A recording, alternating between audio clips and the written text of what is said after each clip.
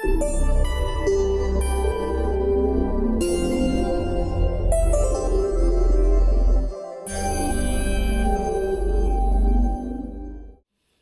do want to invite some question and answers. We're going to give you the full presentation, but if you have a burning question, feel free to ask. Otherwise, at the end, we're going to have a time just to have a little dialogue among us.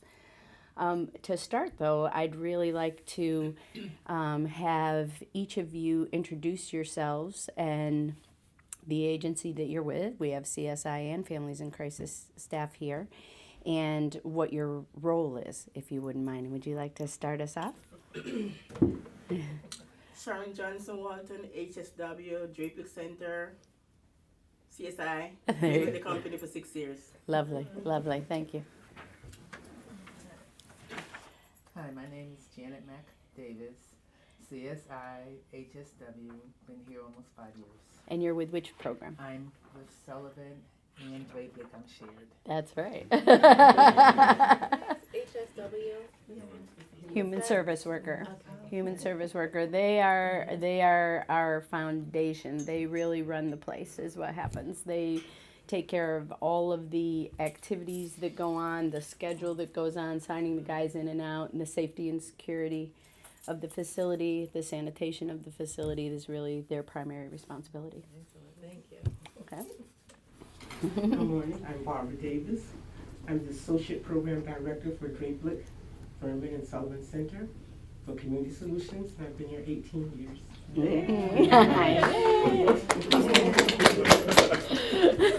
Derek Harrison, Program Director. I'm shared too. Sullivan, Vernon, and Drapic Center, Program Director, 22 years. All right.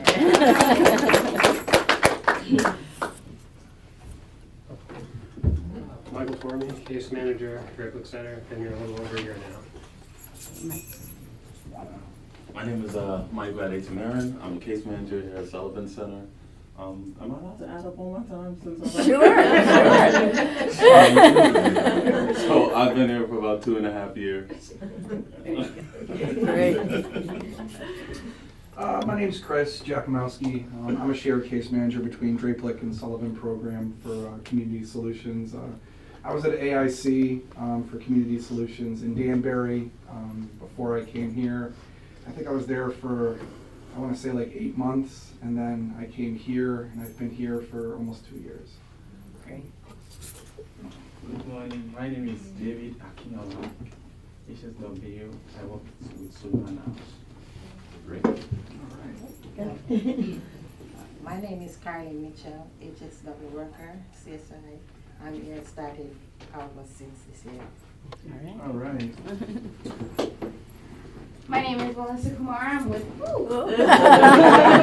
Families in Crisis. I'm a caseworker, and I'm going to be part of the Tomorrow's Children program. And I'm Lydia Hassan, Program Director of Families in Crisis in Hartford Region, and I'm the Program Manager of the Tomorrow's Children's program. Great. And I'm Joyce Betts. I'm the Chief Executive Officer for Families in Crisis, and I've been with the agency for 19 years. All right. Jim Conway. I teach psychology at CCSU, and I work with the Institute for Municipal and Regional Policy, which Aileen is the program for. Aileen Keys Yeager, just got married. I manage the Children with Incarcerated Parents Initiative at the Institute for Municipal and Regional Policy at Central Connecticut State University.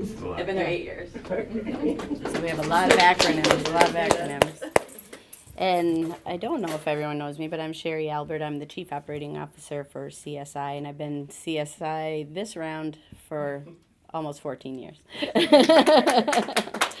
So, we're going to tell you what this is all about. For about a year now, we have, hold on, I'm sorry. We're also trying to time ourselves. For about a year, we've been planning this program, and it's really a collaborative effort between Community Solutions, Families in Crisis, and Central Connecticut State University, which is also where IMRP is, and they're going to tell you certainly much more about this. But essentially, for about a year, we have really looked at well, prior to that, excuse me, with their first research project, really looking at the services that were provided to incarcerated children. And from that came the desire to do a project where we're really looking at families and we're really looking at the wellness of the children of the incarcerated, to see what we might do to create an environment where their wellness is increased. So in many ways, this project is really about the children of the incarcerated, who we know are sort of, it's the collateral damage of crime. When someone commits a crime and the child's innocent, the child hasn't done anything, and yet their whole life is torn apart, and their life is certainly upset when the primary people in their lives, mothers or fathers, are incarcerated. So what we'd like to do is come together for a program where we really focus on family. And in doing that, we thought about the fact that in corrections and even in our halfway houses, and even in our halfway houses still, we tend to put a wall up to families. We might not mean to, but a lot of times our rules are not real conducive to families. And yet we know that the more work we do with the family, the more connected a person is in the community to their family. Research tells us that that is more likely than that they will succeed in the community and not recidivate. And so for about a year, we've been trying to come up with a plan and an idea that we want to test, and we want to see how does this work if we kind of open up some of our policies and practices to be far more inclusive of families. And if you think about it, just yourself, if I were to ask you what's the most important thing to you, most of you would say family. Some of you would say, I don't want to talk about it. But most of you would say family's the most important thing. And so we know that, but yet we don't necessarily practice that with our clients. And we forget that these guys have families too. These guys are human beings. They have connections. They have children, as do those children and those caregivers to those families. So we have this incredible opportunity because there was funding available, essentially, that gave us the opportunity to put together a model. Department of Corrections approved it, and we have a MOU now with the Department of Corrections to go ahead and use Sullivan as the pilot program for this. As we think about that, Sullivan will be the pilot. Drapelik will be a control group, okay? Because we're going to evaluate it, and we're going to look at what happens to the kids, what happens to the gentlemen we serve also, and take a look at that and see how that really pans out in terms of the wellness for both parties, okay? So it's, hold on, I did hit that. There we go. So there's a parallel approach that we have here. We have fathers receiving services here at Sullivan Center, and then we have children and caregivers who are going to receive services in the community via Families in Crisis. And when Joyce gets up to speak, she's going to tell you more about what they're going to be doing specifically.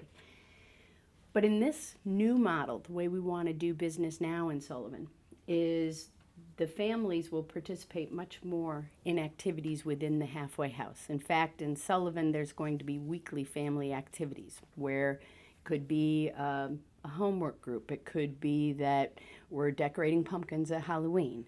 Whatever it might be, we're going to be doing some family activities that are going to take place here that our staff are going to be involved in and Families in Crisis staff are going to be involved in together. And we're going to do it along with the families and be very observant of what they're doing, how they're interacting, because we're going to share that information together in our case team review meetings.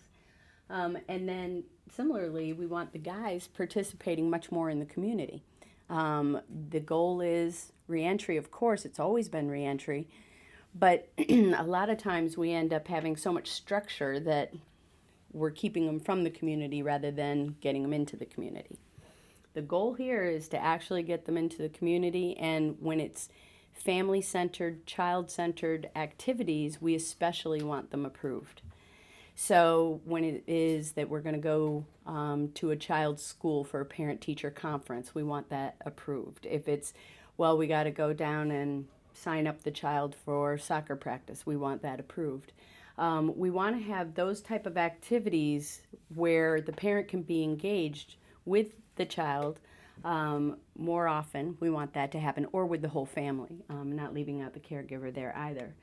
So ultimately, we want the whole family receiving services in the community together and having much more opportunity to do that.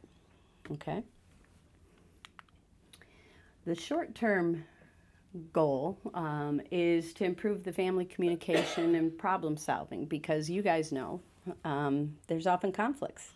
You've seen it happen, and what we want to do is really focus on trying to bridge those conflicts and give our clients the skills that they need to handle that better and to be able to not have it derail their reentry process. So we're also going to, as I mentioned, have increased fatherhood involvement with their kids. And like I said, some of that's going to take place here. Some of that is also going to take place in the community. We're hoping that in the intermediate time, once those skills start to get built and the family's stress actually can go down. We're also looking at things like how can we support the family more during the time that a person's incarcerated. So we're looking at maybe allowing a little bit more flexibility around paying for different needs that might exist in the home that previously we've said no to, or that we still might say no to in a Drapelik, but not in a Sullivan, just to test the water and see how that works out for folks. Because the men that will sign up for this program will volunteer for this program, we believe that they will, because they're volunteering, that they're going to really want that participation with their family. And our hope is that we're able to increase the completion rate, that when we add the family into the model much more, our hypothesis is that this is going to increase the likelihood of completion. And then our long-term goal is that the child's well-being increases, that they're, more active in school, that they're doing more pro-social activity, that their school behavior issues are reduced, or that their school participation or grades, etc., are increased and improved through this. And we certainly hope that the fathers are able to release from the program more gently and planfully return to the family, and therefore hopefully have lower recidivism rates than the recidivism rates we already have, which are still pretty low, mind you. We do quite well with keeping the recidivism down, but we actually want to see a difference between these two, or we believe or hypothesize that there'll be a difference and that it'll be even lower. And of course, that's our goal, to protect the community and to have minimal recidivism. I think we all want none, but we know that some is likely. But I think that by adding this measure, we're going to see a big difference. So because we have Families in Crisis staff here and CSI staff and the IMRP staff, we want to talk a little bit about CSI and help you become familiar with it as an organization, because we're really going to work in partnership here. And so we want to make sure that you understand who we are, how this program works. And as well, I think a real important thing that I want to point out is that this is an evolving process. We have the basic design figured out, but really we're going to need the input of all of you to really begin to tweak and modify what gets approved, what doesn't. We're going to do that also in concert with the parole officer that's assigned, okay?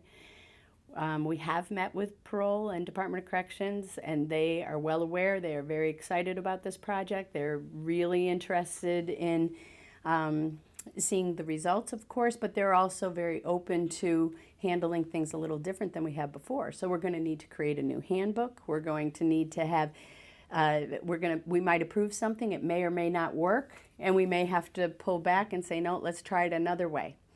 The beauty of it is that we're on the ground floor of it. We get to design it. You get to be part of that and design that. And just when you think personally for a moment, what's on your resume?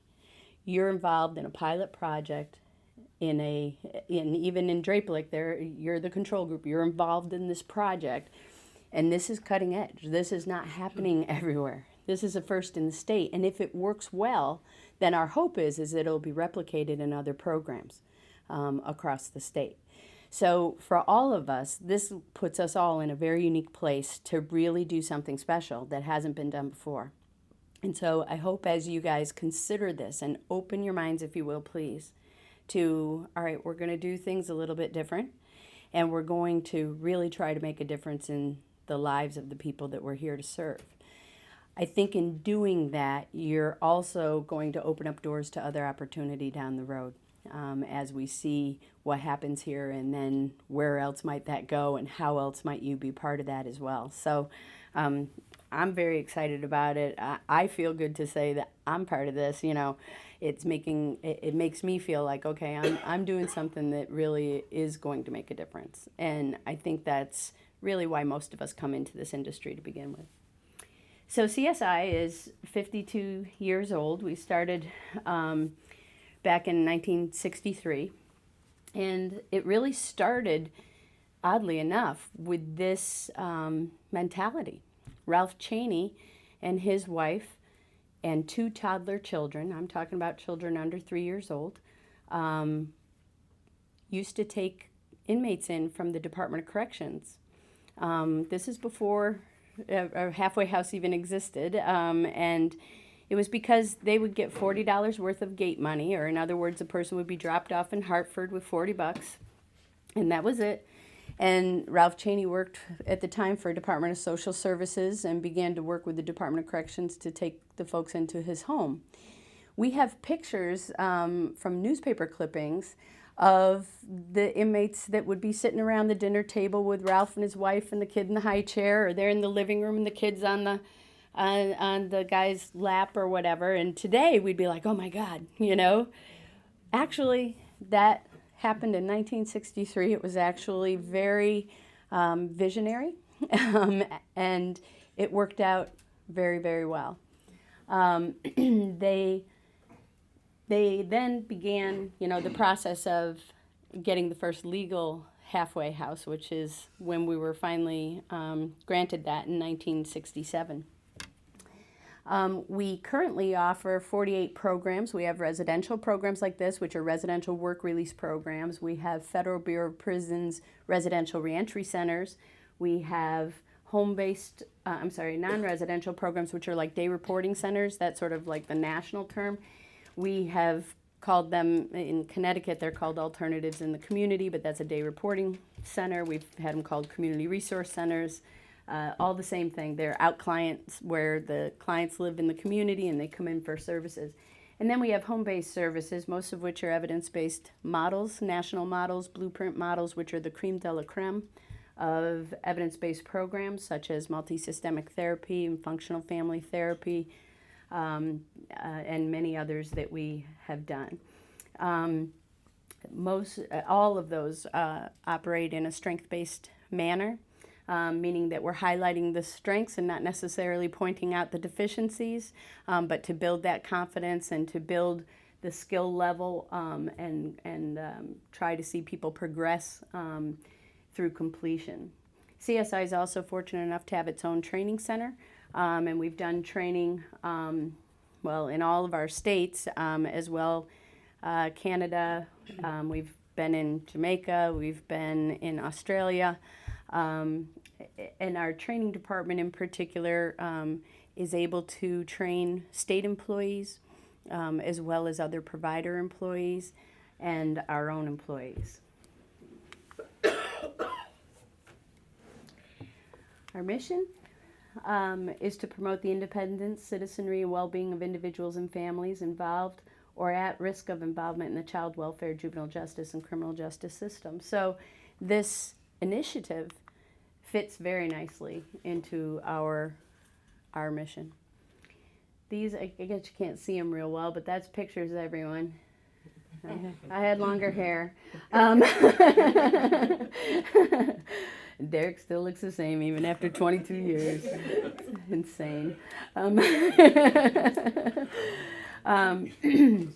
When clients come in, I want to tell you a little bit about what happens. When clients come in, they go through an immediate orientation, which includes a review of the handbook. And Derek, I'm probably going to have you with our family and crisis partners review the handbook with them so that you get a real sense of what rules the clients are currently bound by. So when they say, oh, they won't let us do this or they can't do that or whatever, you will have the handbook to know the truth of it, okay? We have food service over on the other side of the building that serves the meals here, and our clients have chores that they have to do every day, just like we do at our own homes to build that responsibility. They have a limited amount of personal property, and again, we need to think about some of these things as we begin to consider families. We can't have a ton of property because we have to search it all, and obviously that becomes a security risk. On the other hand, I think we've also got to be very attentive to what we might have in someone's room. For example, children's artwork and things like that that might, not have been on our property list before that we need to really consider. Every client coming in or out has to sign in and out, and as part of that, they also are searched. There's also urinalysis and breathalyzers, which I believe is on the next slide. Sorry, I'm jumping. Our clients go out on job search during the week, Monday through Thursday, right? We're letting them go on Fridays again? Okay, Friday mornings. I'm sorry. It's only Friday afternoon that we don't. And the reason we don't is because most employers really aren't doing a whole lot of hiring on a Friday afternoon. And so we prevent against that temptation. But the clients go out to a targeted job search. They need to know where they're going. That place has to be hiring. They have to fill out an itinerary that lets us know where they're headed, and the staff approve that. We do allow visits, and we do allow what are called drop-offs, which is food or clothing to be dropped off. Client or staff allow for three sort of three unapproved drop-offs. Again, trying to be generous, but reminding the client, you need to arrange this through staff. We need to have that expectation that they're coming. And we have visitation on set days and set hours. But going forward, guys, in Sullivan, we are looking to expand visitation widely. We're looking to have visitation at not necessarily any time, but let's say before 9 p.m. And even after 9 p.m., we might approve a visit for a particular reason, depending on maybe a caregiver's schedule or depending on if there's an emergency or something critical happening in the family where we think it would actually help the family to be together. So let's say, for example, a family member is in a horrible accident, the family's gone to the hospital and wants to come back here and talk with the client that's here about what happened. And we would want to see something like that approved, okay? So we're going to look at expanding that. Now, that's one that we may have to tweak as we go, all right? But I think, again, the goal in your mind should be, how do I help this family get together? What can I do to make this connection happen? We're still observing. We're still making sure that everything's happening the way it should.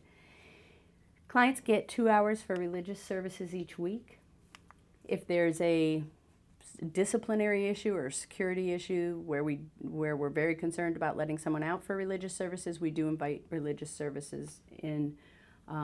They can have whatever denomination come in and visit them here as well. We check with the employer. The employer knows that a person is in the halfway house, and we do a verification process because we're going to spot check clients at work regularly. And so we need to talk with that employer and that manager and let them know that that's what we're going to do so they know going in, because we don't want to damage the employer relationship. We also tell them, though, we're here to help you. If you're having any difficulty with any one of our guys, we can help you with that as an employer. We can also be a feeder to your business. If one of our guys doesn't work out, then let us know. That guy can go and we can put another one in. So we really try to build a strong relationship with the employer. Family reunification visits are allowed through DOC, and we have a step system that basically in incremental levels based on whether or not they're working, whether or not they're complying with their treatment plan, going to their groups, doing everything they're supposed to be doing, getting paychecks, they get visits. On step 1, they get an 8-hour family reunification pass with a 2-hour community pass. Step 2 is 12 hours, step 3 is 24, and then step 4 is 48 hours, where they're able to go home and spend time with the family. We do have curfews in the building, so again, you're not looking to have visits that late in the evening, 11, 12 o'clock. We're not looking at having visits then, but I want you to consider that, okay, yes, we have a curfew, but in certain instances, we might lift that curfew. We do the urinalysis and the breathalyzers. As you can imagine, many of our folks have had substance abuse problems, and so that's a routine thing. And it is supervised, meaning that we have to literally, staff have to be in the bathroom. They literally have to watch the person.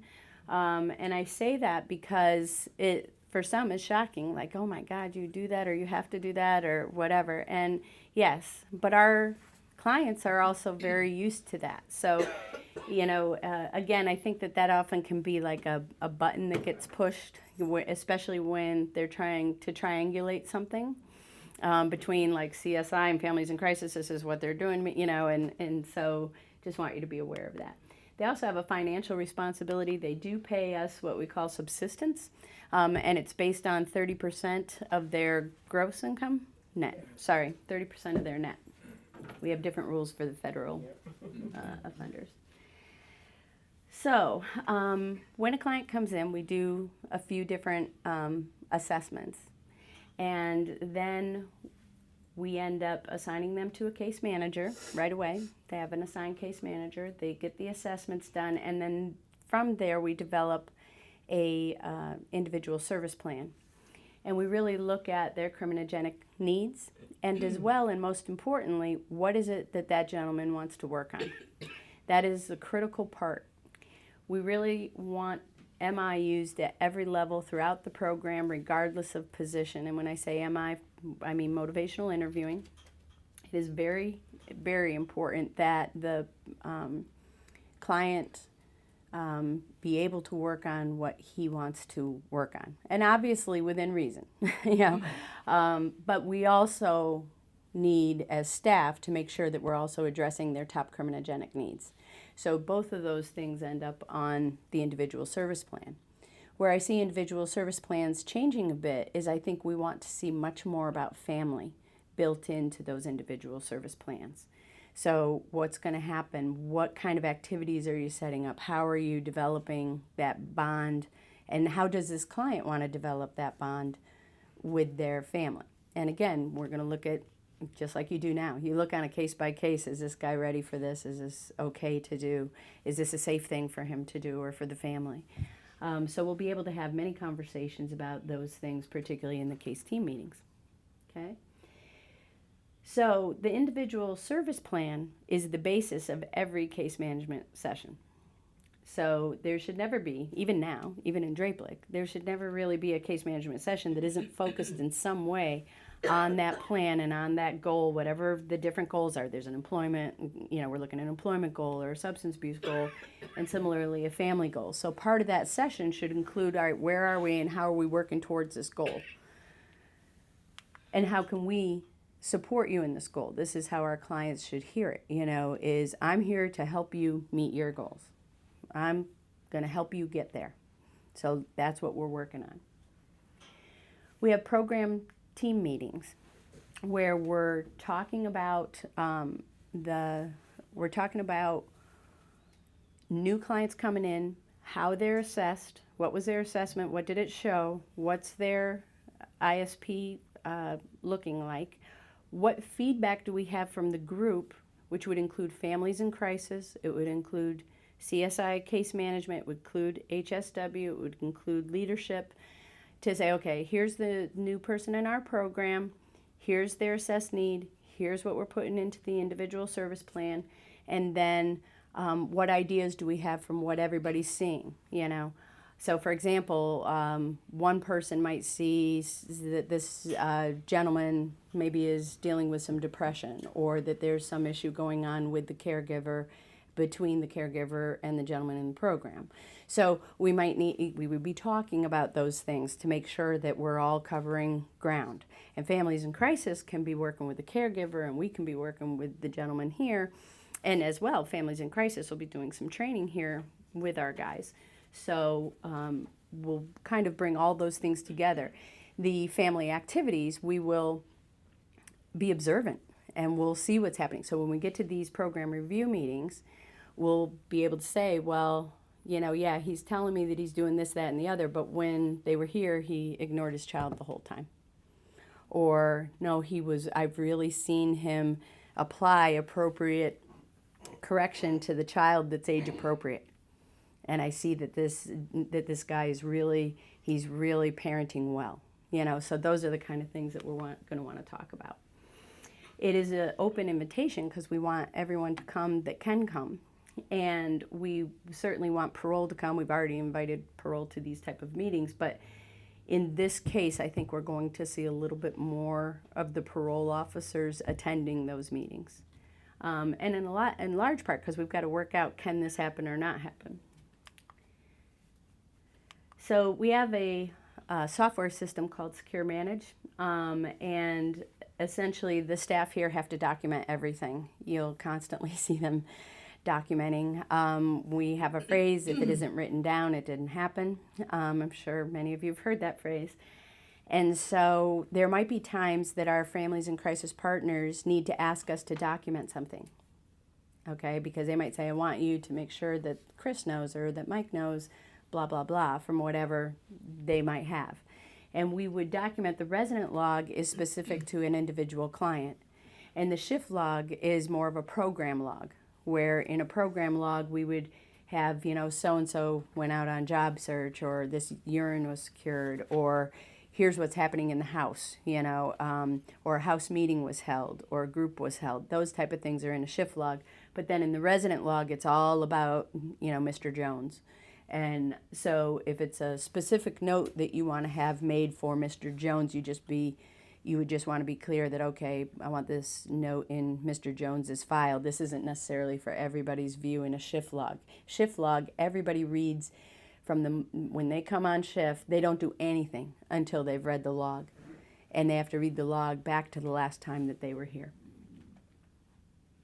And CSI staff, if you're not doing that, that will get you every time, I guarantee it.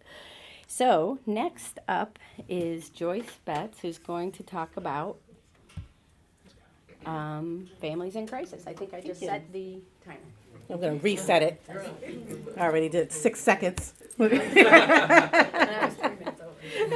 Again, my name is Joyce Betts. I'm the Chief Executive Officer for Families in Crisis, and you kind of know who we are. We don't have a long one like, you know, CSI. We're not as large as CSI, but I will say that I think that we're at a point in time in history in Connecticut where a program such as this is so prime and so needed. And one of the things I will point out is that 2 reasons why we're really excited about this. One is that, the governor is starting to talk about second chance, right? Second chance society, second chance initiative. And long before the governor started talking about it or Joe Public was starting to read about it, families were given second chances. You know, and when you talk about reentering, you talk about whether or not someone is going to make it in the community, a lot of that relies on their family and their family assets and their family strengths and whether or not their family is able to support them. And so that's one reason. Another reason I'm really excited about this is because I've been doing this work for a very long time. I shared with you guys I've been here or at FIC for about 19 years. And I can remember very early on going into corrections and also interacting with the halfway houses. And some of the staff I would interact with, and I will say that one of the things that we're finding that is changing a lot as well is that staff are even starting to look at reentry a lot differently, starting to look at those who are being housed, whether in the community or in the institution, a lot differently. And I feel like we are really at a point where we are ready to do this and that we can do this in a way that is meaningful and at the same time maintain security and custody or maintain public safety, which is really important for the community.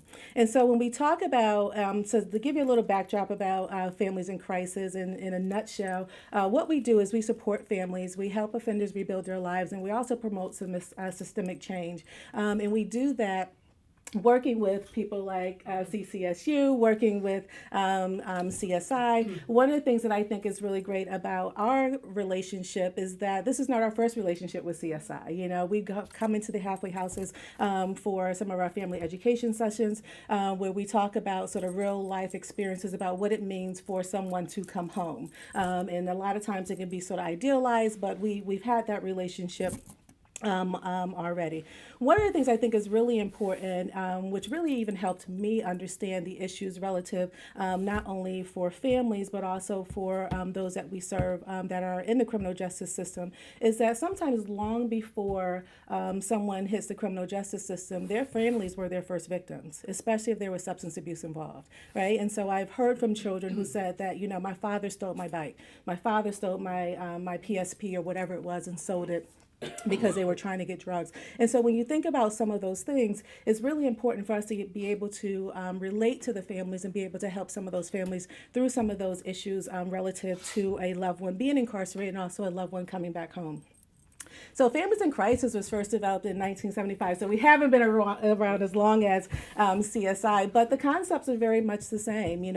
Margaret Worthington, who founded originally what we were women in crisis, can remember sitting in the back of a courtroom, basically during the sentencing process, watching men being sentenced and watching women who really had no idea what was going on, when they were going to talk to their loved one again, or what the criminal justice process was about. And so developed Women in Crisis. As we, of course, developed over the years, we realized that it's just not women who were in crisis. We have families that were in crisis. We had men and women and also definitely children who were being impacted by the criminal justice system. And so wanted to make sure that we develop programming relative to that. We provide programming in 4 distinct program areas, one of it being family counseling. On any given day, we can receive a phone call for a mom who might have a child at Manson Youth. They don't know where he is. We haven't heard from him. One of them that stands distinctly in my mind is receiving a phone call from a grandmother who said that, look, I just called the institution and they told me he's not there. And because we were savvy enough and we worked with the institution enough that we knew, who to call over there and to find out for them to check their SEG unit and things of that nature, for them to be able to identify that he was actually there. And so you can imagine for a family member, especially of a young man who's at Manson Youth, experiencing something like that and not having anyone to talk to relative to that can be very challenging. I will also say probably one of our biggest or our largest populations that we work with now relative to family counseling is working with men who have perpetrated violence against their intimate partner. We thought it was really important to be a part of this work because albeit there's not enough services for women who have been victimized in domestic violence situations, there was absolutely no services for men to change their behavior. And so one of the things that we definitely know is that if we provide resources for men to address their abusive behaviors, it will provide opportunities for them to change, and we can reduce the number of victims that are impacted by their abuse. Another program of ours, our family visitation program, if you ask our clients, they'll probably say is probably one of the most important programs that we provide. Although it is transportation, they'll say is more than just a ride. It keeps them connected to their loved ones who are incarcerated. And not only that, the additional thing that we've been able to do now through the Reentry Center at Cybulski and also at Carl Robinson and some other facilities is to provide enhanced visits. And so we have been able to provide visits where it is not your traditional visit at a institution. So we bring in games and things of that nature. They'll provide cupcakes and that type of stuff. And so for children, it is a really big deal. And I think probably one of the biggest things that we do in our family enhanced visits is our picture taking. I mean, we're like JCPenney's in there, you know. And so, and I say that to say for a lot of kids, I'll never forget one time we were, and this is when we really felt like we really need to step our game up regarding our photographs, is that I had a mom come to us and say this was their first family photo ever.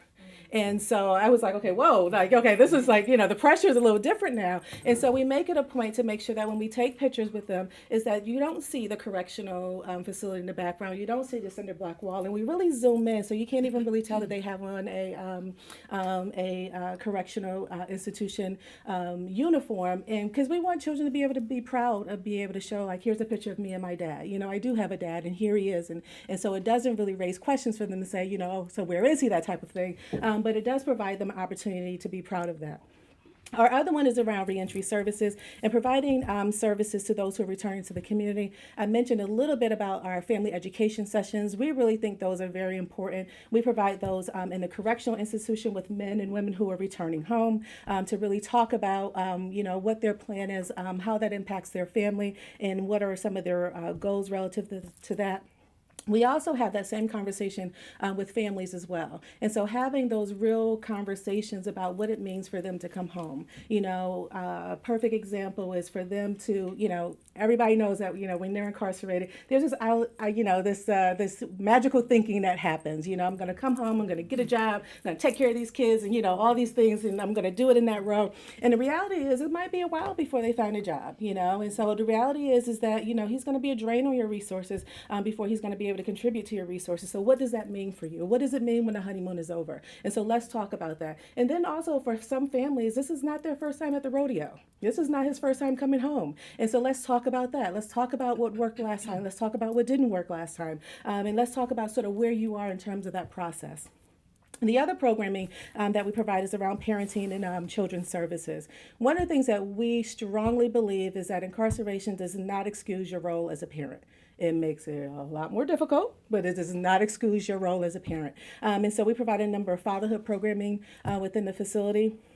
We work with York Correctional around programming for mothers and supporting their avenues there. But also we provide services specifically for children who have a parent incarcerated.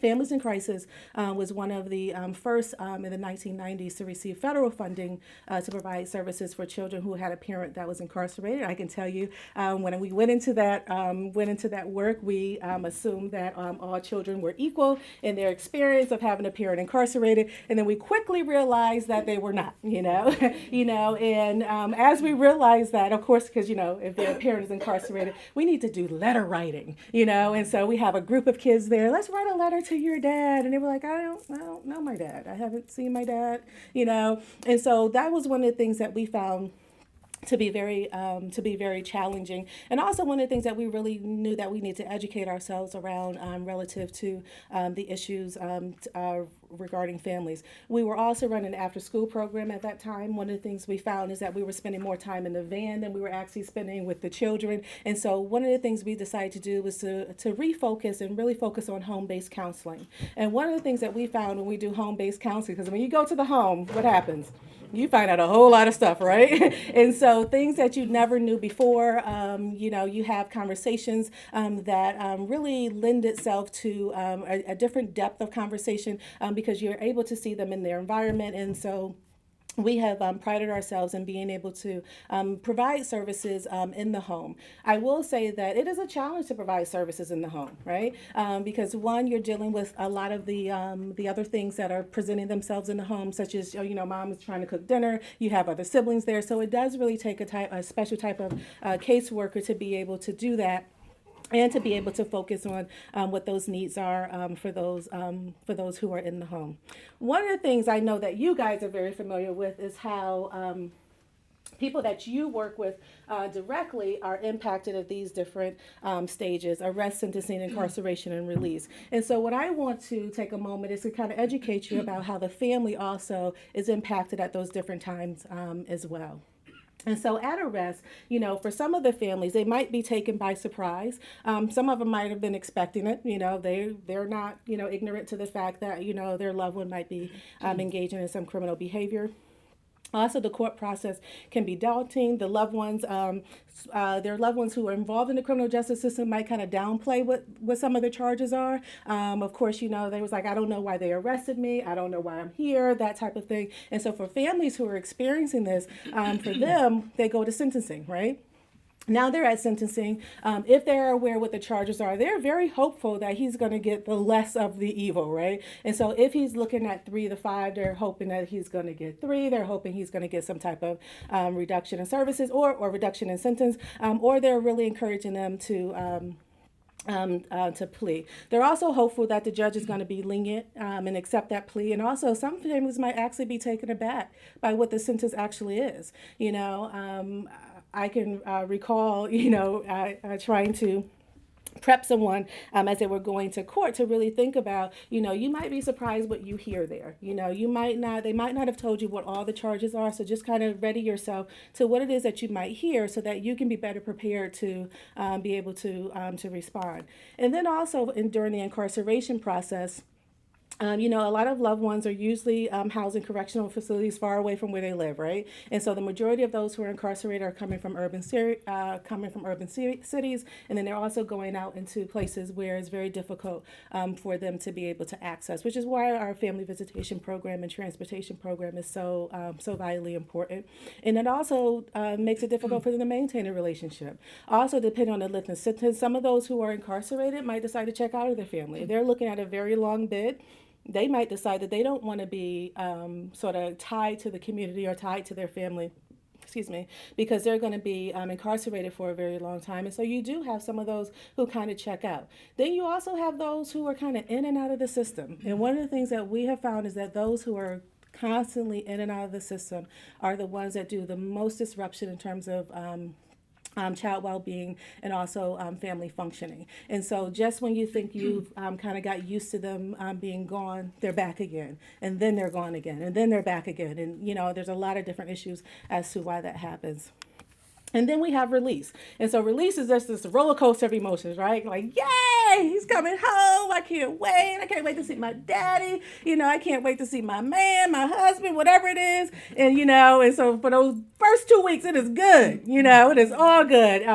But the fact is there might be some unresolved trauma, right? We never really had a real conversation about what this means for you to come home. We haven't had a real conversation that I don't even want you to come home, right? I want you to stay at the halfway house as long as you possibly can, right? And then let's talk about those parole and probation conditions and what that means, and also the difficulty of finding employment, and also sometimes the difficulty of reconnecting to your family emotionally. You know, depending on how long you've been gone, it might be really difficult for you to come back home in a way that is meaningful for yourself or also for your children. But then also what's really important too is how children experience all of this is definitely relative to what their relationship was prior to arrest, prior to sentencing, incarceration, or release, and then also what that relationship was while they were incarcerated. You know, and so now this person is coming back home. You know, if I was incarcerated and my child was 2 and now I'm coming back home and they're 14, that's a very different dynamic than them being incarcerated when I was 2 and when they were 2 and I'm coming home and they're 3, right? And so looking at all those dynamics. I will say, though, that in the work that we've done, one of the things that we have found is that for children, this period during release is probably the most challenging time for a lot of kids. Because we have a lot of fathers who have used their time wisely, and use that time wisely sometimes mean that I'm going to re-engage in my child's life. I'm going to make sure I maintain this relationship with my child while I'm incarcerated. They are in a controlled environment. They don't have anything vying for their time. They call on a regular basis. It is during this release process that we hear from children that I wish my father was back in jail.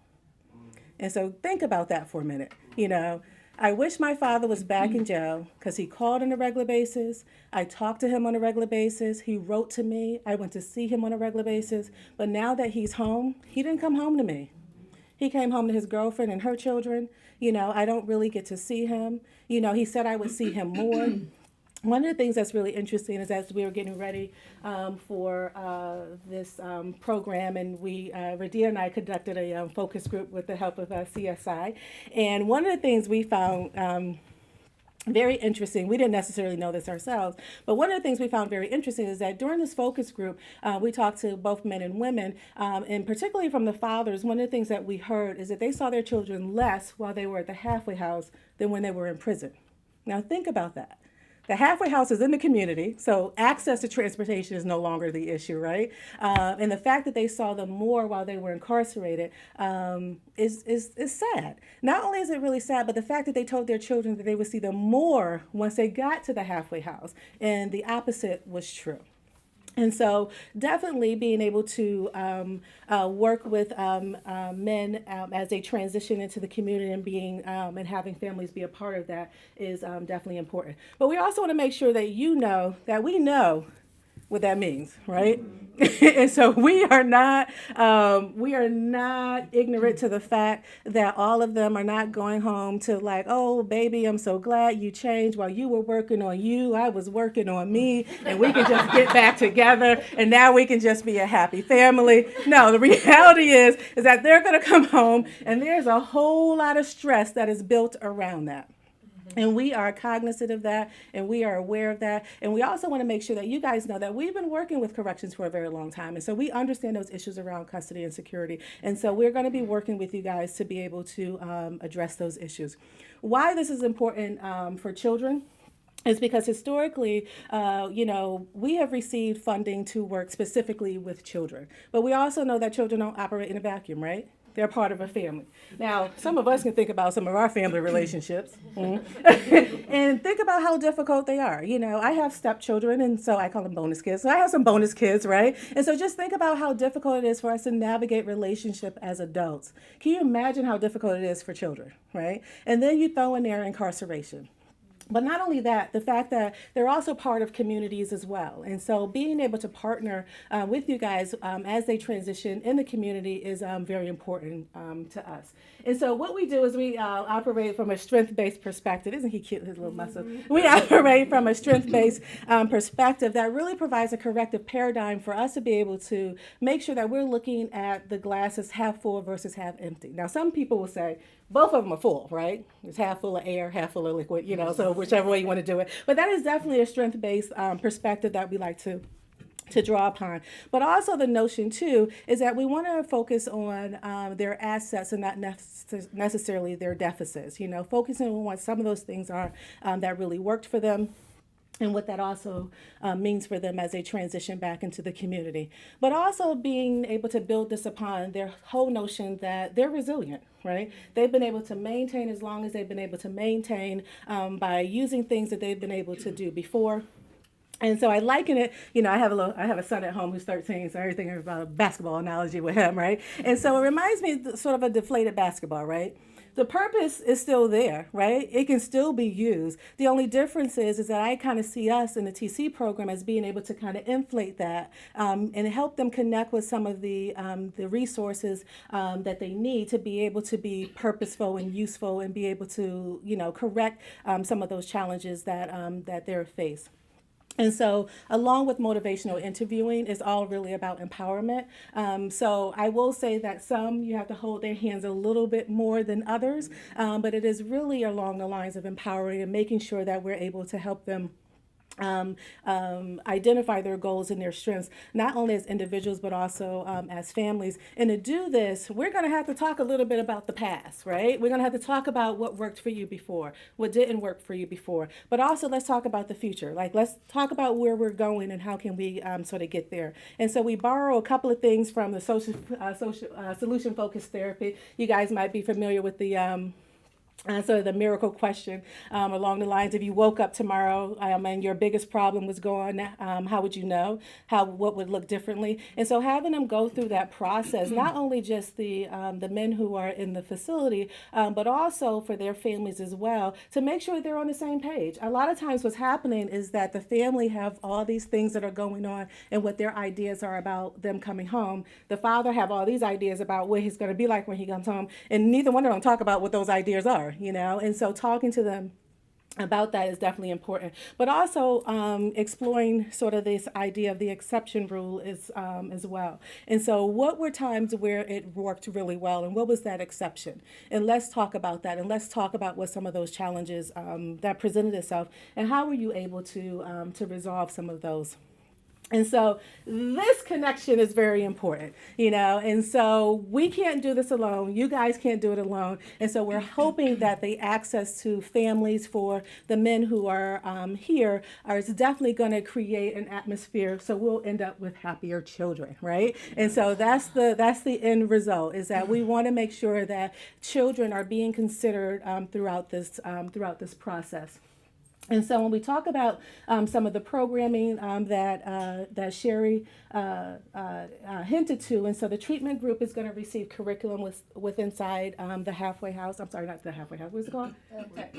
Work release program. It's within the work release program around Inside Out Dad, and so that's working with fathers about reassuming or assuming their roles as fathers. They're also going to receive enhanced visits, meaning that we're going to be able to conduct visits that are around themes, and working with the staff to be able to do that, as well as you guys opening up your visiting hours to be a little bit more accessible. Also, they're going to be receiving counseling, case management. In addition to what you're doing here, we'll also be providing counseling, case management to their family members, but also to them as a family as well. And so there might be times where they're home on the pass where we can get the whole family together, or there might be times where the family can come here and we can work with the caregiver and also the father to address what some of those issues are.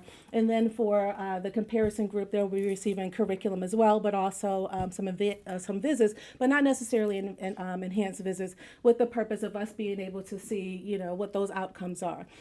Because it is an evaluation study attached to it, we really do want to see what's the best bang for the dollar, right? And so if we know that curriculum and visits greatly increase, relationships for families, but we also know that curriculum visits, enhanced visits, and case management, triples, their well-being, then that's definitely something that, we want to figure out. And so we're really excited that this is part of sort of this study to be able to move forward in this way. And as I'm looking at some of the faces around here, you guys are like nodding, yes, yes, yes, yes, yes. And, that's also a good sign, because that means there's a certain level of buy-in for this, and that you guys get the fact of how important families are, and we get the fact of how important our families are. And so, whether good, bad, or indifferent, they're important to our lives. And so, we're really excited about moving forward. And one of the things I want to echo that Sherry said is the fact that this is ever evolving. We don't have all the answers. You guys don't have all the answers, but I guess one of the things that we do need in order for this to work is for it to be open and for us to be in communication, to talk about what works and what does not work. And I think those program team meetings are going to be very, very important. There might be information that we receive in the community that we might want to share with the work release program, like, oh, did you know so-and-so, and that type of thing. Or there might be some things that might be disclosed here at the work release program that need to be shared with us. And so those are some of the things that I think is going to be very important as we move forward in our collaboration. So, I am about to do a break check. So that's my portion. So we have our last portion. We're about to nerd out on you guys. I love this part though. And so Jim and Aileen, we have a portion regarding the evaluation. And so we just want to check with you guys to see if you want to take a quick break, real quick. They was like, yes. So we're going to do a 5-minute break, and then we're going to come back all refreshed and bushy-tailed, and then we'll move on into Aileen and Jim. All right, everybody. So I'm going to be talking now about the role the Institute for Municipal and Regional Policy plays within this program. So I'm Aileen Keys-Yeager, my colleague Jim Conway. He'll be speaking with you in a moment. So the Institute for Municipal and Regional Policy, basically we're a grant and contract funded entity that's housed at Central Connecticut State University. We do research and analysis to help inform public policy. Some of our current large-scale initiatives, we have several. I won't go through all of them. We do run the Connecticut Sentencing Commission, which investigates and analyzes criminal justice sentencing policies and practices to see how they're actually working, and they make recommendations to policymakers for changes or additions. The Racial Profiling Prohibition Project, you may have heard of that through the media. We reviewed the traffic stop data, and we released reports on which police departments are doing well, let's say, and which maybe have some law enforcement traffic stop practices that demonstrate potential for bias. And then the Children with Incarcerated Parents Initiative, which is the one that I manage, and it's currently our largest initiative. The IMRP has been receiving annual appropriations from the General Assembly since fiscal year 2008 to provide services for children who have a parent incarcerated by contracting with different local providers. The goals for the work, certainly to provide the services to the children, also to determine how those services are affecting the kids, if they're helping them, if they're not, in which ways. And then, of course, to try and have statewide and national impact by documenting and identifying the interventions that seem to be having a positive impact and can be scaled up. And so we can make recommendations to the General Assembly and other funders.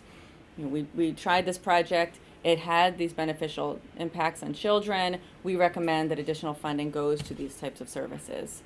What has us really excited about this program, I know it's been mentioned by FIC and CSI, is the real potential for sharing our lessons learned and our outcomes with those around the country, statewide certainly, but also around the country and even internationally, because as Sherry mentioned, this is a unique program, a unique partnership that has not really happened and certainly has not had the type of evaluation that we're applying to it. And so it's really going to give it a lot of credibility in the research world, and policymakers will really look toward it as providing some real sound information that can help inform policy and funding. So we're really excited about this project. As we've been doing our work, certainly we've learned a lot about children with incarcerated parents. I know Joyce has reviewed quite a bit. I did just want to highlight 3 particular characteristics that I think would be helpful as we move forward with this program. One is disrupted attachment, another is stigma, and then you may have heard in the news recently also studies have shown long-term potential for negative health outcomes in children. So if they experience parental incarceration as youth, they can experience these health consequences into adulthood because of that experience. So I just want to briefly discuss each one a little bit with you. Let's see. So disrupted attachment, the separation alone from a caregiver that you're securely attached to can cause trauma in children. That's what research is showing now.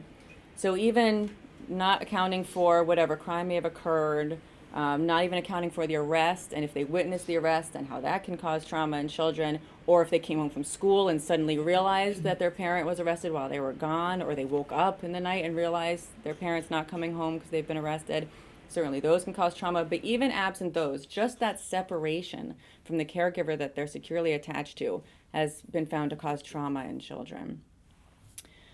Trauma has also been demonstrated to change the brain architecture in children. So it's actually changing the structure of their brain if they're experiencing or have experienced trauma. And as you can imagine, that has real potential consequences and is setting these kids off in a potentially negative timeline. Some of the consequences that those changes have been shown to have are impulse control, cause and effect learning. So if I do this, then this is what will happen. Predictability, being able to predict outcomes in the future, and your own emotional regulation. And those are all, again, it can be from just that separation from a caregiver that you're attached to. And a caregiver, let's also say, doesn't have to be your biological father or your biological mother. It can be the boyfriend that you were very close to. It could be your stepmother or girlfriend of your parent that you were very close to, just to throw that out there too.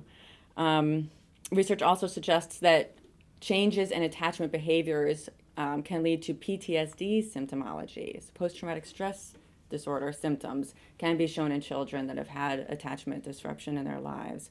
So these are really significant things that we have to be, it's important for everybody to be mindful of, and how, we tend to think about how incarceration and crime affects the adults that are directly involved. And, as Joyce and Sherry mentioned, is that we don't tend to think as much about how it's actually having these really harmful effects on the children that are left behind.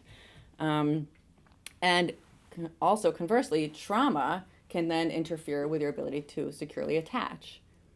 So if you've been separated from someone you're attached to and you experience trauma from that, or that traumatizes you, that also then may prevent you from or weaken your ability to securely attach in the future. So there's this cyclical effect that can occur that's important to be mindful of as well.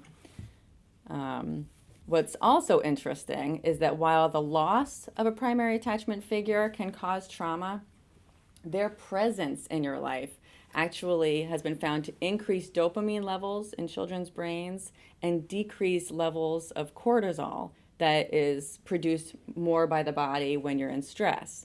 So the separation can cause trauma and harm, and actually being in their presence increases your dopamine level and decreases your stress levels. And those are the protective factors for children. So that's why visitation has been stressed so much, is really allowing children to have an opportunity to be with their incarcerated parent or other caregiver and have that sort of interaction actually is healing for them. So I think that's something we really want to be mindful of, and we want to make sure our facilities and the Department of Correction are mindful of as well. So I'm going to move on and talk a little bit about stigma. Stigma, I'm sure you can assume, families tend to, or may, keep this a secret because they don't want to feel judged. They don't want people to know that this is going on in their lives. They don't want it to change how people engage with them or engage with their children. Some parents don't want their kids to tell anybody and don't want the schools to know because they want their child just to be treated as normal. And I don't want my child to be treated differently or judged or have different disciplinary action at school because they're making assumptions about the child now because of what's going on with the family, which you can see the reasoning behind keeping it a secret, but unfortunately keeping it a secret also prevents you from getting supports that could be helpful for you, also from learning, from getting information. So maybe you've gone through something, and if you shared it, you'd realize that your neighbor went through it as well, or your friend went through it as well, and they have an experience that they could share with you, and it would help you get through your situation. So a stigma causes this isolation in the family's lives as well. When we think about children and stigma, we tend to think that the children are feeling stigma for the crime, for the fact that their incarcerated parent committed an offense and did something shameful.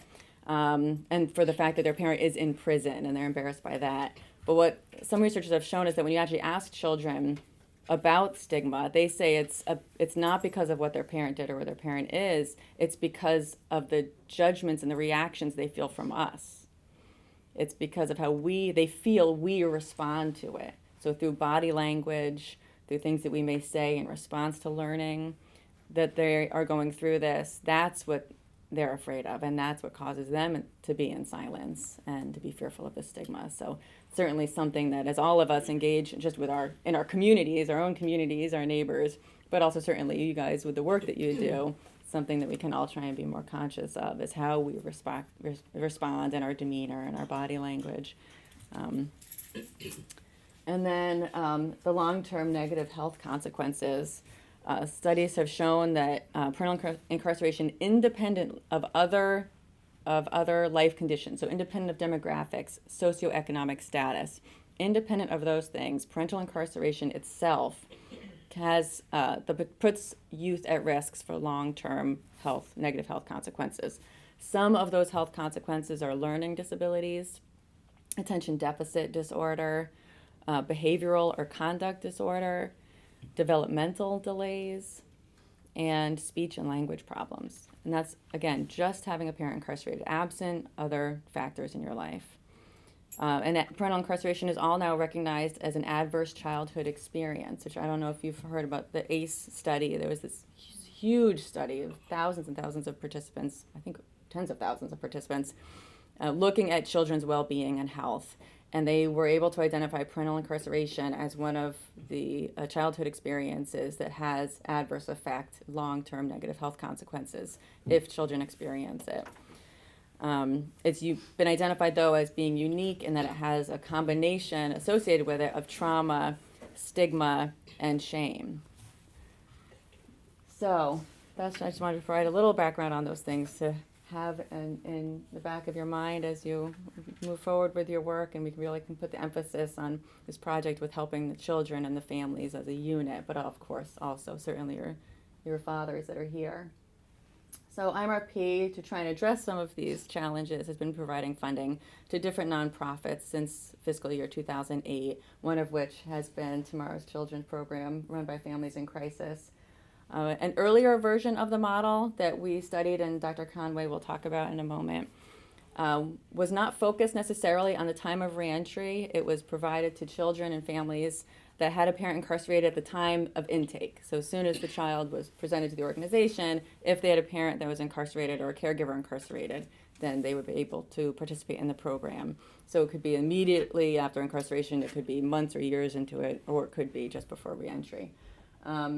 But now we want to really target the services to really look at the time of reentry and see how we can support the families during that highly volatile time or that Joyce talked about. And our evaluation for the prior model did show some positive results, which we're really excited about, and now Dr. Conway will provide a summary of those. I will. You better. I'm not going to use that. So I can use it. I know, right? Thank you, Aileen. And I want to start by going back to the big picture and point out that, it's clear enough what CSI's role is in the process and what Families in Crisis brings to the table. The main thing that IMRP contributes is the evaluation, along with funding for the services that are provided. But what I want to do is spend a couple of minutes talking about the prior work that we've done with Families in Crisis and the evaluation results that led us to want to continue funding and evaluating the services, which we really think of as a preliminary evaluation for reasons that I'll talk about. Then I want to move into talking about what do we have planned for the current evaluation, some of which we've heard a little bit about, so I'm going to give a little bit more detail on how the evaluation is going to roll out. So, to start with, I want to make the point that evaluation is critical for this project and for the IMRP's goals. The immediate goal is to help children and help families who are in a stressful situation. In the longer term, what we want is to put a spotlight on this project, and evaluation can be really helpful with that. So to move back to the prior evaluation, what we did was to track a group of children that were receiving services through the Tomorrow's Children program over time and track their well-being. And these were children that, as Aileen mentioned, were not, they had an incarcerated parent. It was not specifically focused on the reunification point, which we're looking at now. And we measured well-being by having the community caregivers and the FIC caseworkers complete surveys of the children's well-being. A couple of important points about the evaluation design had to do, first of all, with the ages of the children, which were quite varied from age 5 to age 18, which is pretty much what we expect in the current program.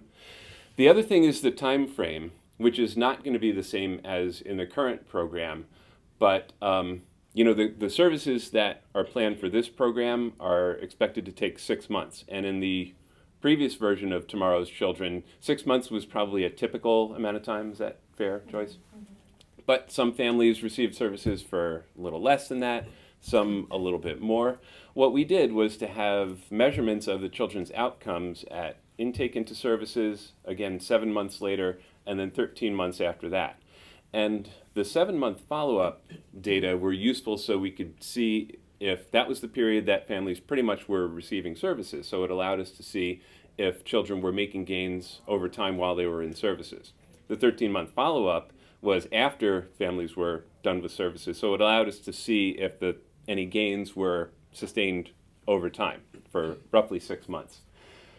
So what I'm going to do is, before I go forward, let me just tell you what I'm going to show you. I'm going to show you 3 graphs which show the average scores over time for the children at intake, 7 months and 13 months, to give a sense of what we found. And these are based on the community caregiver report. So we're looking at average scores.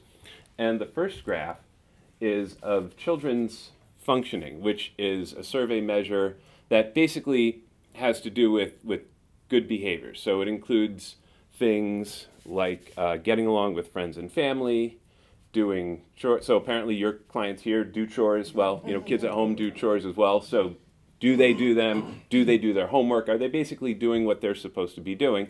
So higher scores are better on the functioning measure.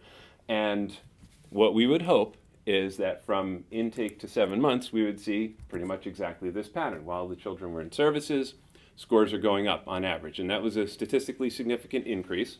Glad to see that. From 7 months to 13 months, we wouldn't necessarily expect to see scores increasing anymore because services typically have ended at that point. What we hope to see is that there's not a decrease in scores. And the average score at 13 months is a little bit lower than at 7 months, but was not a statistically significant difference. And the 13-month average was significantly higher than at intake. So the basic story is that it appears that gains were made over time and were pretty much sustained out to 13 months. So far, looks good. The second outcome measure that we looked at was called problem severity, and this is one where lower scores are better. So problem severity includes problem behaviors like getting into fights and problem emotions like just feeling anxiety and upset. So we wanted to see those scores going down, and for the first, from intake to 7 months, they certainly did. There was a significant decrease. What was, a little bit less, what we wanted to see was a significant increase at 13 months, which suggested that the gains weren't sustained as well as for functioning. This was actually, the graphs that I'm showing you are in a report that we published, and we shared these with FIC before it actually was published, and since they remained under contract after the data collection period, we kept on collecting data even though they weren't included in the report. One thing we looked at was whether the 13-month average score was lower, and in fact it was. So in data that were collected after this, the results are more like what we would hope to see. So this is not the ideal pattern, but we're pretty comfortable that, for the most part, it looks like gains were being made in the right direction over time and pretty much being sustained. The third outcome measure is called strengths, and this is a measure that includes things like having positive relationships, exercising self-control. So it's similar to functioning in that higher scores are better, and in fact the pattern is almost identical to what we saw for functioning, so I don't have much to say about it. And that's what I want to say about the prior evaluation. I want to now I have a little bit more to say about it, but I want to move into what we're doing in the present evaluation and why we were thinking of this as only really a preliminary and not a definitive evaluation. So the first point is that these results were pretty much exactly what we'd hoped to see. Gains over time, sustained after the services, and that's why FIC, IMRP was interested in continuing to fund the Tomorrow's Children program, and we're really interested in seeing how it plays out in a reunification context. We're glad that CSI is a partner in this project. The big thing about the prior evaluation is that it did not include a control group. What we had was one group of children that we tracked over time, and given that, the results were the best that we could reasonably hope to see. But if you want to, in terms of a statewide or national spotlight, what we need in terms of an evaluation is to be able to argue that we know that the children were better off as a result of services than they would have been without the services, and in order to do that, you have to document what happens when children don't have the services, and that requires a control group. So what we're going to do for the current project is a stronger evaluation, including a control group, which hopefully will produce more impactful evidence. And potentially, we hope that Tomorrow's Children program will be designated an evidence-based practice if the evidence pans out the way that we think it will. So that is the evidence-based practice. Sounds like it might be a familiar concept. Sherry mentioned that before, like multisystemic therapy being an evidence-based practice. So maybe I won't go too much into the detail on this slide, but just to point out that if a model is designated as an evidence-based practice, that's something that really can bring attention to it and encourage replication and funding. And in terms of the evaluation, what is required for that designation is a rigorous evaluation design called a randomized controlled trial, which is a design that takes a fair amount of planning, a fair amount of resources, and we feel like with the preliminary evidence that we have, it's time to take that step. So that's what we did not do in the previous evaluation, but do have planned in the current evaluation. And so in terms of what a randomized controlled trial is, the two key things have to do with assigning people to conditions and measuring outcomes. So in terms of who goes in what condition, the randomized part of randomized controlled trial means that people are assigned randomly. So in this case, that means fathers and families are randomly assigned. They have an equal chance of being assigned to either the Tomorrow's Children program in Sullivan House or the comparison group in Drapelik. The comparison program we're calling the KIN program, the Keeping in Touch program, which was mentioned a little bit earlier, and it's essentially a much less intense services that families get, but still services they would not get under normal circumstances. So there's random assignment to one group or the other, and that's really important because you have to be able to argue that the groups were comparable, equivalent to begin with, so if you see differences later on, you know it was because of what happened in between and not because of pre-existing differences. So that's part of the plan. The second thing has to do with outcomes. In order to see if there's a difference later on, you have to measure outcomes for both groups. So even though the KIN program gets much less intensive services, the evaluation component for them is the same. So they're participating in the evaluation. Outcomes such as survey measures are included. And we do, by the way, have some evaluation outcomes that are not survey measures, but that's what I'm going to focus on for right now. So that's the type of design. And I now just want to talk for a couple of minutes about the time frame over which this occurs, keeping in mind that, as is typically the case in a work release program, men are coming in on a rolling basis. So as beds open up, men are assigned to beds, and what is going to happen at that point is a time frame begins for that man and his family, and the same time frame begins later on for some other man who comes in later, and so forth. But there really are three things that are going on concurrently. There's a timeline, first of all, for the work release program, which is 4 months.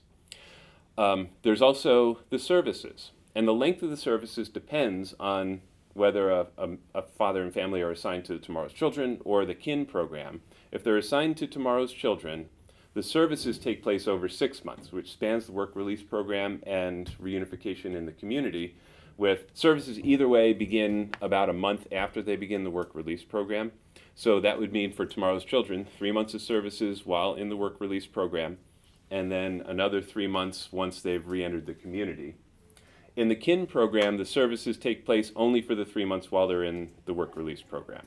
So we've got the work release program at 4 months, the services, which are either 6 months or 3 months, and the third thing, which is the longest time frame, is the evaluation, which is a 12-month time frame, beginning right around the time or a little bit before the services begin, and then ending at 12 months, which is 6 months after the Tomorrow's Children ends, so we can see if any gains are made if they're sustained over time, as we did in the earlier evaluation. Big difference in this case being there's the control group that's also being tracked over the same period of time. So that's all I want to say about that slide. Another way to look at this, I want to just kind of cast the same information in a left to right figure, starting with a father coming into the program, being assigned to either Sullivan or Drapelik, Tomorrow's Children, or the KIN program. And at that point, or not too long after, baseline survey measures will be taken, and there will be surveys completed by the father, by the community caregiver, and by children if they're age 9 or older. And so just as an aside, we're going to be asking some staff from CSI and from FIC to be helping us with the survey data collection. And so for those staff, there's other things that you would need to know. That's a different subject for a different meeting, but we do appreciate help with that.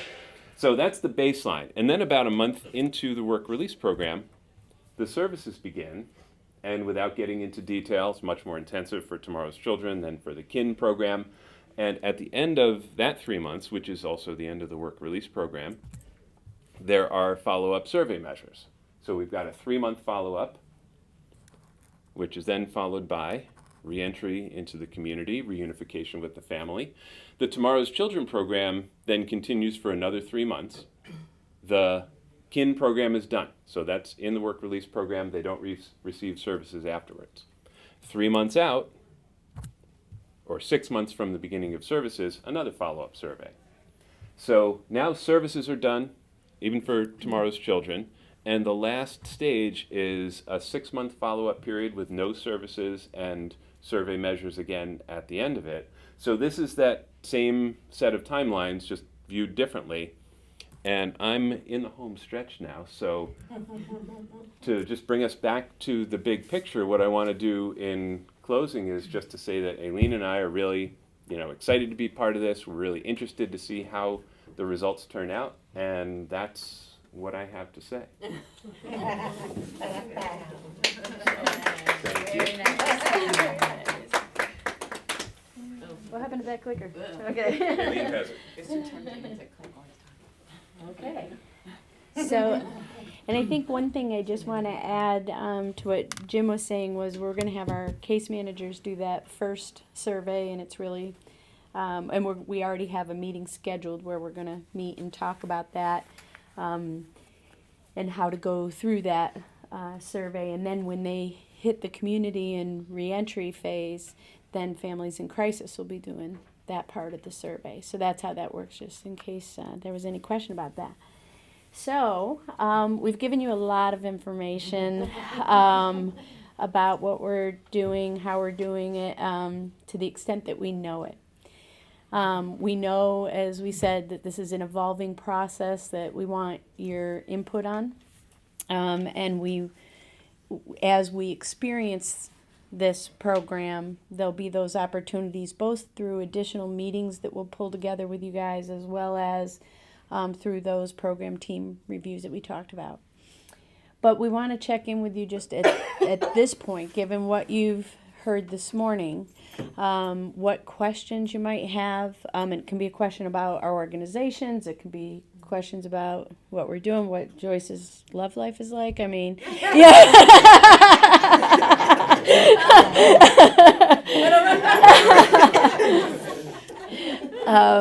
but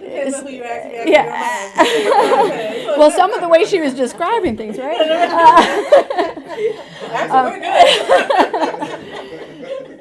So, but seriously, we want you kind of thinking about this and considering what you might be thinking and any questions you have. So, what do you think, guys? Go ahead, Mike. Well, the first question I have is, it looks like this whole process is very contingent upon a certain timetable. Yes.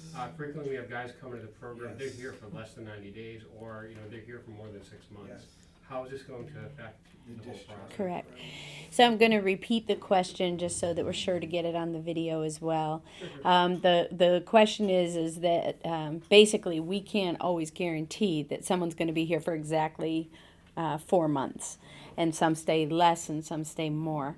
So we talked about that in our efforts over the course of the year, that it's not always a perfect situation. We also met with Department of Corrections, who was very clear that, they need to keep moving folks into the community as well as freeing up beds within the program to be able to put new clients in. So when we look, though, the goal of the contract that we have with the department has always said 120-day stay.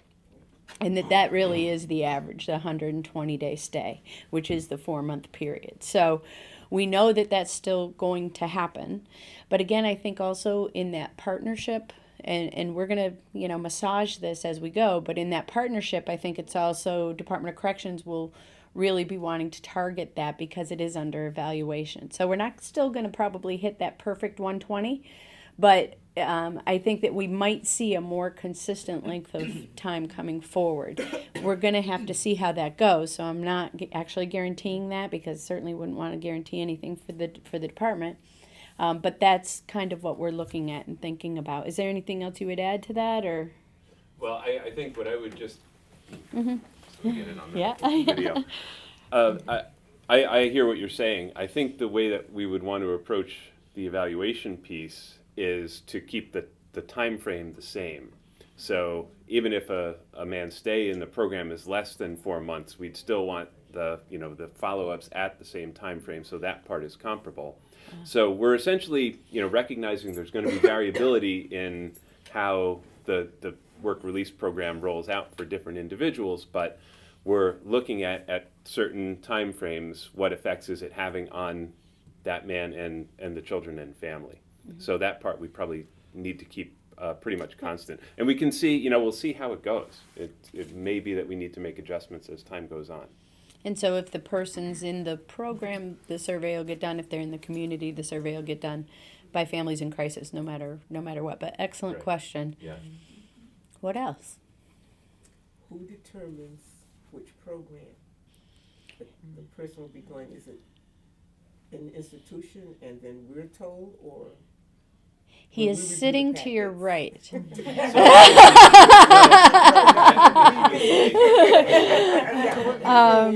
What's going to happen is, first of all, Jim created a method of randomization that really fits what Derek already does as our program director to assign people already to the programs and the beds that you have available already.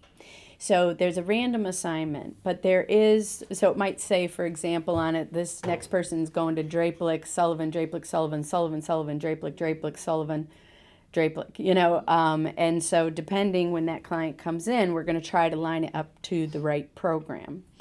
But Department of Corrections is clear, though, that we also can't just hold beds open. So there's an understanding that if that happens and there's a bed open in Sullivan, but we had wanted it to go to Draplick, but the bed opening is in Sullivan, we'll do that, and we'll be able to kind of mark which ones lined up right with the random sample that we had intended versus which ones did not.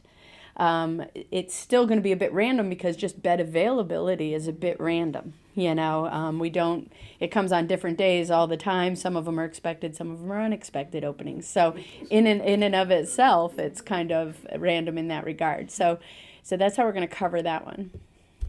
And the responsibility will fall on Derek. Thank you, Derek.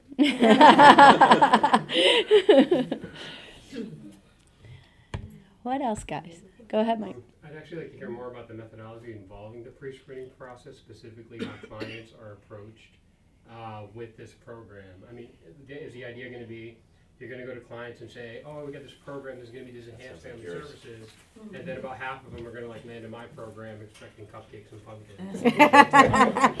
So I want to repeat the question. Oh. Okay, that was a lot. The question is how will men be introduced to the program or approached about the program? One, find out about the program and sort of sign up for the program, and how will they land here for you to engage them, right? And so whether or not they're coming here expecting, I think you said cupcakes and roses, versus, what will be provided. Did I sum that up right? Pretty much. Okay. And so one of the things that's going to happen is that while they're incarcerated, our staff, Families in Crisis, will be going to the different correctional facilities to recruit for the program, so to speak. And so during that recruitment process, we're educating them about the program in general. And so anywhere you land here at Draplick or Sullivan is more than what you would be getting in terms of family reunification if you went to any other halfway house. And so at that point, we will be looking for fathers who are interested in engaging in that program. In addition to that, their family members have to also want to engage in the program as well. And so we can't have fathers who's like, yes, yes, yes, yes, and then we have families that were like, no, no, no, no, no. And so it does require us to be able to provide them with information about what some of the services are that are going to be provided here, and whether or not they're interested in participating in that, and then also working with the family members as well that will be consenting to participating in the program also. Because they're not also just consenting into participation in the program, but they're also consenting to the evaluation. And so trying to get them to understand the importance of that, and also the value in participating not only just for their families and to be able to increase or reduce recidivism as they reenter to the community, but also the impact that it has for future programming for work release programs. Did that answer your question a little bit? Partially. It's just, if they come here though, and then they realize that they're the placebo group, I mean, the placebo only works if they don't know it's a sugar pill, you know? But if they come here and they're thinking, oh, I thought this was gonna be more, oh, I guess I got stuck in that group. We talked about that a little bit. We did talk about that a little bit, and there's certain, so Jim can jump on that part. This question, in order to do a study like this, there are different levels of review that have to go on through like Department of Correction, and there's an IRB at CCSU. So, and they ask these kinds of questions. So one of the things that we tried to do was design even the comparison conditions. So there are perks to it. And we don't have any real true no service, no nothing control group. And that's, just kind of how it is. But, and the consent process really explains pretty clearly what the possibilities are, and it does highlight that even if you're in the comparison group, you do, for example, get the family activity nights that people typically don't get. And also, my understanding is this is a pretty good location in a number of ways. So they're guaranteed to be here as opposed to somewhere else that might be in a neighborhood that's not as family friendly, and so forth. And they're guaranteed to be in the Hartford area, which I guess DOC pretty much tries to do, but is not absolutely guaranteed. Right. And all the families will be ones that are in the Hartford area. So that's how we've kind of tried to minimize any feelings that people might be unhappy that they end up in the comparison group. So the family activities in Drapelik will be once a month, whereas the family activities in Sullivan will be once a week. So they'll get more.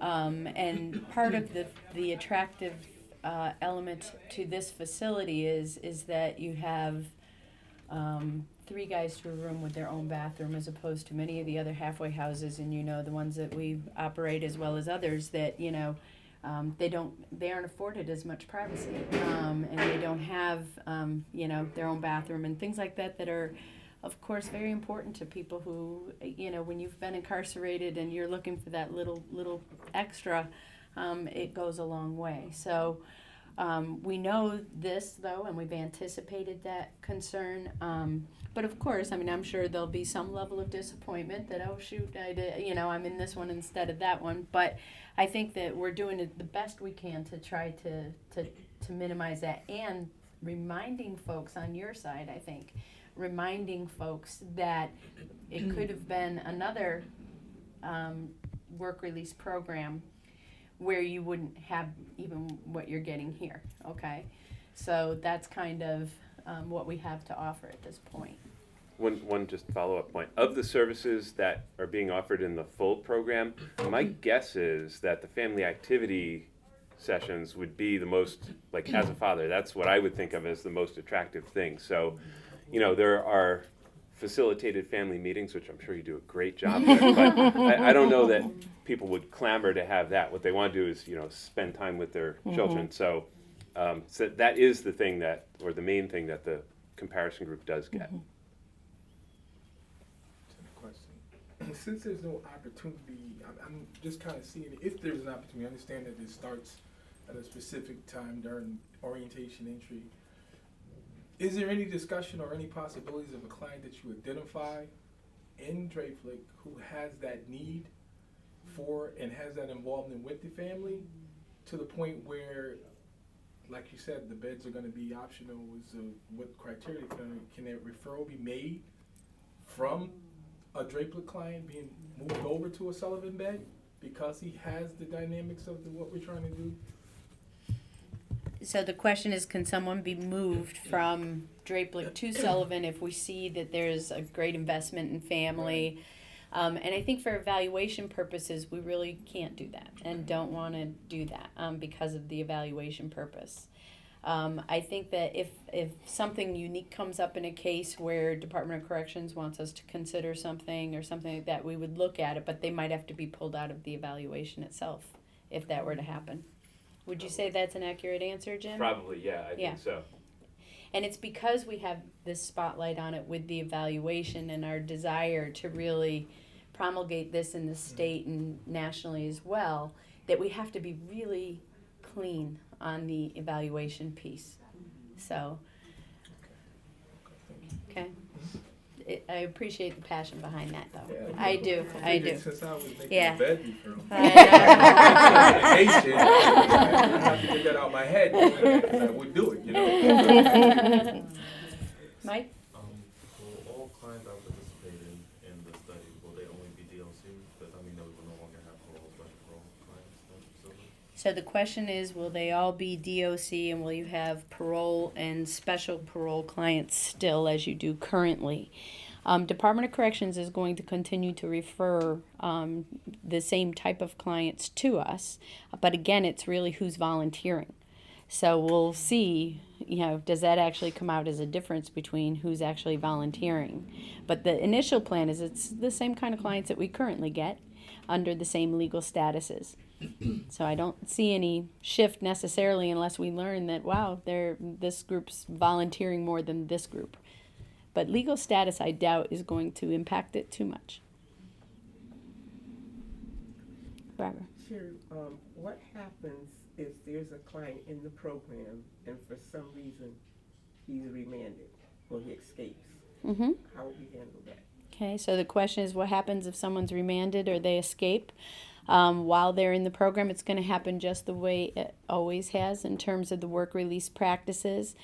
And so for our partners to better understand, I mean, if a client is not doing what they need to be doing, and it has to be pretty much a pattern of noncompliance, or it has to be some, significant act, we certainly try to avoid returning folks to custody, because when we do that, we have failed.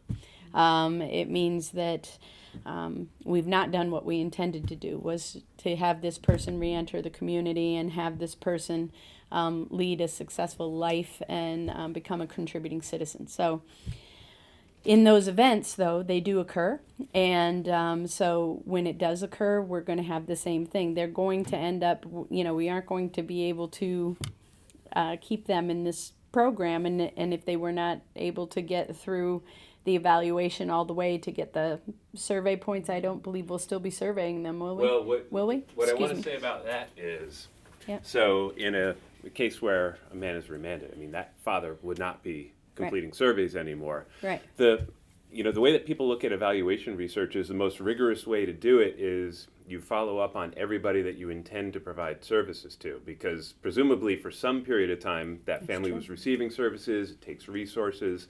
So we would want to still continue with the family in the evaluation. It's always, it's their option to participate, but we would encourage them to participate, and we would want that data. So they would still be, part of the evaluation.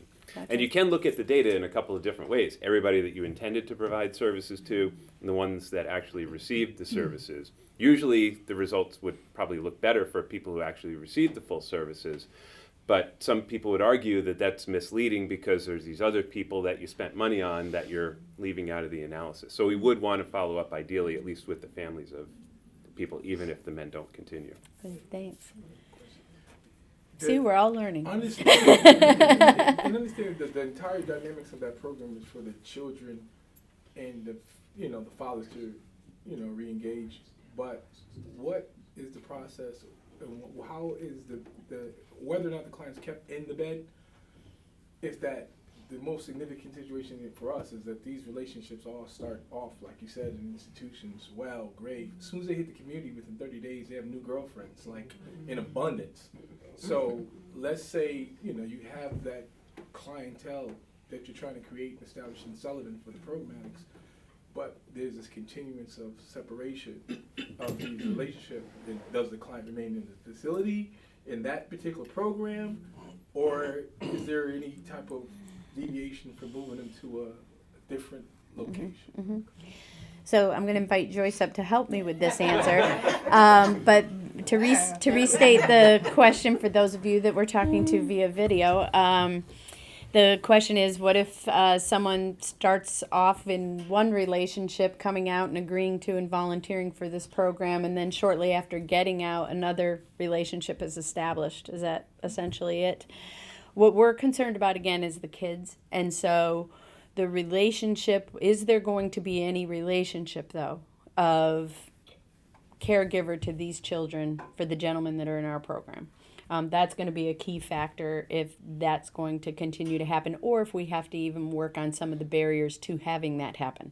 Like, because you guys know, sometimes caregiver does not want dad to see the kids. And so that's actually part of the work that we will want to do to try to keep that going to some extent. And these are some of the challenges that we're absolutely going to face. And I will say, hopefully, the number of those instances will be minimized, because prior to them coming here, we would have had conversations with the father who was interested, but also with their family as well. And so we can be able to get a sense from them in terms of where their relationship is at that particular time. But in addition to that, I think is those volatile relationships, those relationships that might be ending, that might have started off, we're coming back to the community, yes, I'm living with you, but oh yeah, I was writing to her while I was inside too, and now I'm going to leave there and go there. Those are also those relationships that are very difficult, and the most difficult for children. And those are the ones that we've heard from children in terms of, I wish my dad was back in jail because he's no longer here with me. And so I think the intervention and being able to be there to provide services as they navigate that,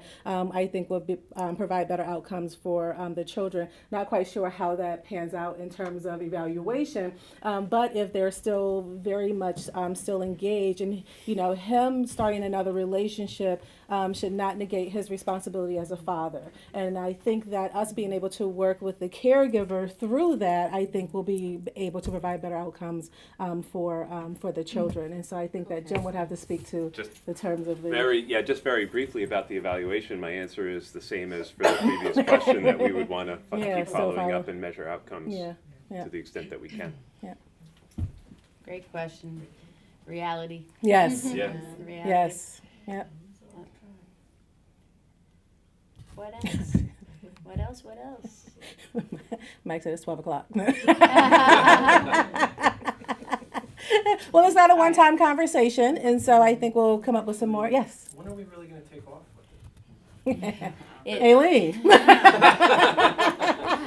We have a question for her. So the question is, when is this going to take off? Yes. When the contract is ultimately signed by all parties. And the university is a big organization that sometimes delays things unintentionally. There needs to be one edit made, and then once all parties sign. So we were looking at January 1st. I don't know if that's... Yeah, I would say that at this point, given how close we are to the holiday, it's probably not like a literal date, but we're probably looking at January, February type of time frame. And then that's just, for this to kind of begin. That's why we're doing the training now, because we're prepping for this. This is right on the heels of happening. But there are these technicalities that we have to go through. So for those of you that are on video, this will really be interesting to see how this worked out and how close our prediction actually was. We'll see about that. But I think also we have to get the referral. So much of that process is going to take off. We might not see it so much right here as it takes off in the facilities. Okay? And then then we'll start to get those first referrals. The other thing that's going to be challenging for us is that the guys that are here, along with the new ones coming in for Tomorrow's Children, are going to overlap. We're not kicking the guys out that are here. We're working with DOC to, obviously get folks to transition that are ready to transition, and we're going to take care of the existing clients that are here properly. We're not going to do anything to upset their world. And then gradually this will turn over into all Tomorrow's Children volunteers. We will not prohibit anyone from, participating in an activity, but they won't be part of the evaluation if they are not part of Tomorrow's Children. Okay.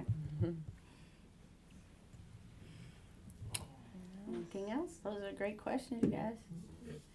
You're actually your questions are like, oh yeah, we didn't talk about that, but these are all things that we've thought about and considered. So what I like about that is that it's kind of validating and it's kind of saying, all right, we're all kind of thinking similarly. And I really invite you guys to please think broadly and think about these kids, think about reentry. I know sometimes our jobs, we get frustrated because we're constantly barraged with requests and wants. And we also have times when certainly there's manipulation and there's times that people are trying to get over. But what we also have to remember as professionals is that our job is reentry, and our job is to support these guys in that reentry. And now, more importantly, our job is about uniting this family.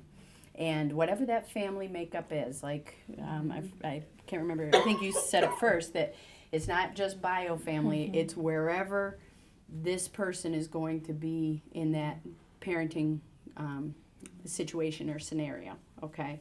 So I want you to think about that. Think about ideas also. We have all these family activities that we need to generate.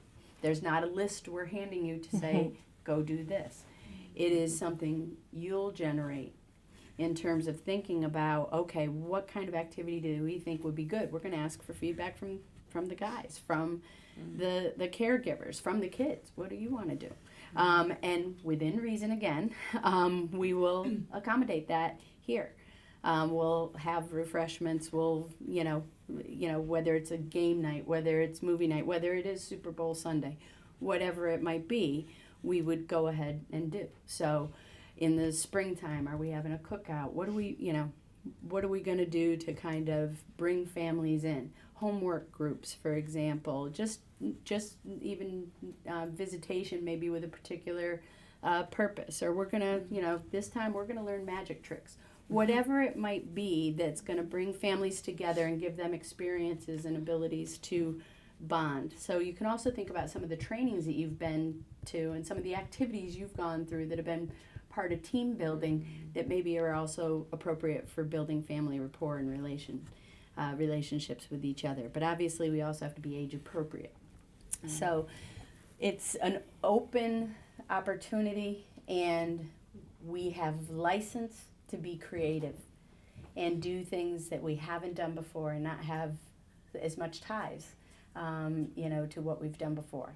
So I want all of your bright minds really thinking about, okay, what else might we do, okay? Sound fair and reasonable? I'm thinking of a budget increase. A budget increase? Yeah, that's very creative. I'm thinking, Yeah. opens Yeah. up my Cut that post-production. Yeah. We will not repeat that question. Let's do an amazing job with this. Let's get amazing results. And then maybe we'll be there. Yeah, exactly. I mean, because from that you can say that, we could have done so much more. We could have reached so many more if there was, different staff or more staff or whatever that looks like. And so I think that's definitely something to be considered down the line. Yeah. All right. Okay. Well, thank you so much. Thank you, guys. I look forward to working with all of you.